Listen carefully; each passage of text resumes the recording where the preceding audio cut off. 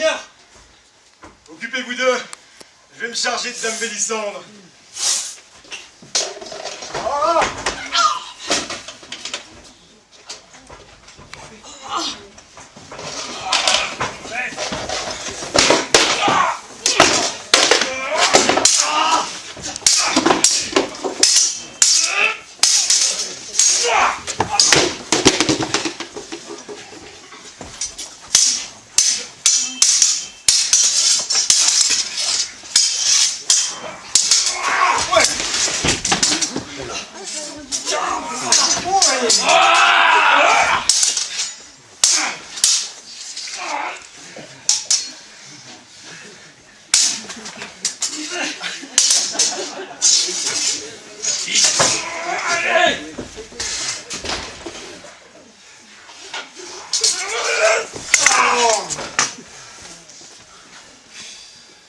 Il n'était point mort? Point encore. Ouais! Allez, il t'en reste plus qu'un! Là, il est mort!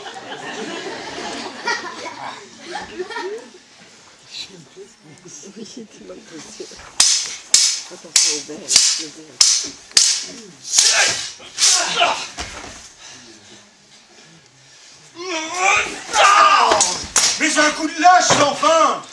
Dans le dos! Allez, debout! Fatigue? Point non!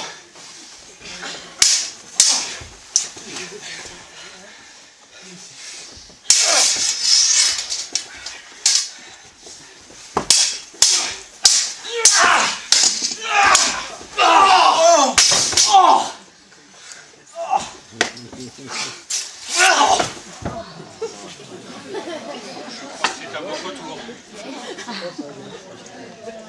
Félicitations, soldat! Tu as vaillamment combattu. Malheureusement, c'est la main de ton maître que tu as mordu, chien que tu es! Et c'est pourquoi je vais moi-même te châtier. Qu'on me débarrasse la place, que je puisse punir ce vilain.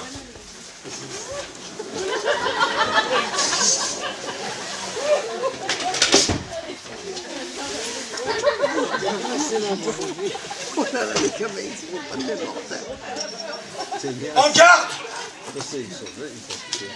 Ah! Oh merci, vraiment super.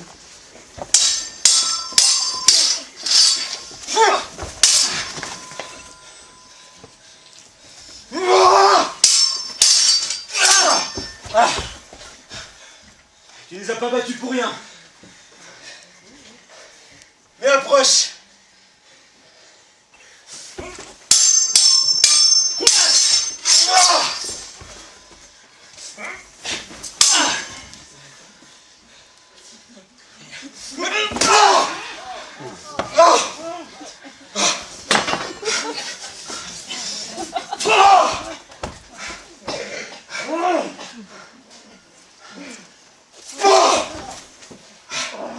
Je t'avais dit que je te punirais.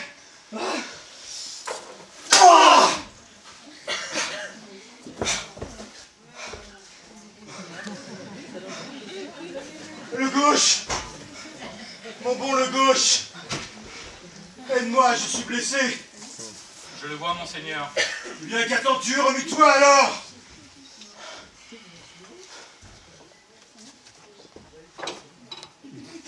Dis-moi le gauche. Puis-je te poser une question? Vous venez d'en poser une? Mais te poser quoi? Une question. Et je ne te l'ai pas encore posé la question. Bah si. Ben non, puisque je te demandais si je pouvais te poser une question. Là. Vous voyez, vous venez de poser une question. Oh, mais là n'est pas la question, le gauche. Ah, mais si. Toute la question est de savoir si la question attend une réponse ou pas. Prenons un exemple. Être ou ne pas être? Là est la question. Attend-elle une réponse d'affirmation affirmative, je comprends, ou d'affirmation négative, je ne comprends pas?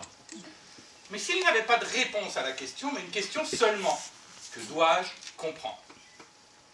Il faut comprendre alors que la compréhension de la réponse se fait par la question posée par la réponse. Car de poser une question face à la réponse nous permet, redynamise la compréhension intuitive que nous avons de la question. En fait, que la réponse nous soit donnée ou pas est sans importance, car l'une et l'autre nous permettent de nous remettre en question. Et de ce fait... Assez, moitié gauche! Je ne comprends rien à ce que tu racontes. Aide-moi. Relève-moi. Va chercher docteur, apothicaire, guérisseur, sorcier, curé, prélat. Je crains qu'il ne soit fort tard. Que veux-tu dire? Je ne comprends point où tu vas en venir.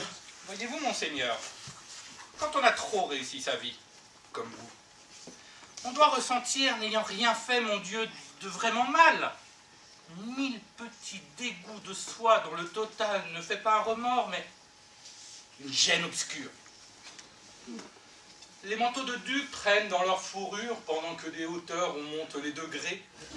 Un bruit d'illusion sèche et de regret. Comme quand vous monterez lentement vers ces portes, votre robe de deuil traînera des feuilles mortes. Et de ces feuilles viendra le terreau du peuple qui finira par recouvrir vos meubles. C'est pourquoi je me dois de vous rendre service. Tu m'as fait peur, le gauche. J'ai cru un instant. Oh! Oh! Oh!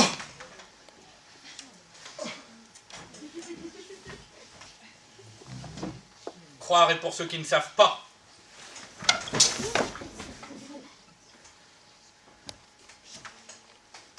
Oh, mon bon le gauche, nous voilà libérés du joug de la tyrannie. Le parfum, le temps de la rose est revenu. Et ces parfums de liberté vont nous enivrer. Oui, ma belle Fanchon. Le temps de la rose et du peuple est revenu. Maintenant, il va falloir être digne de ton rang.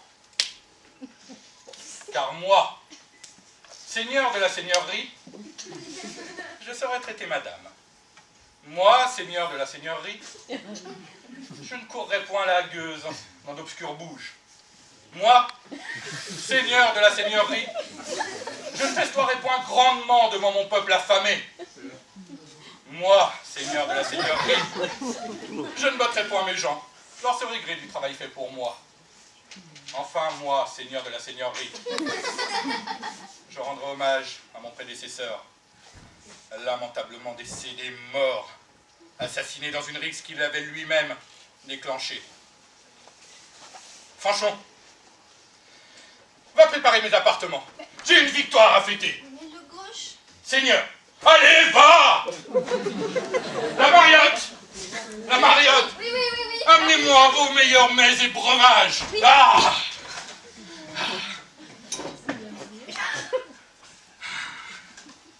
Tu me sers point? Moi.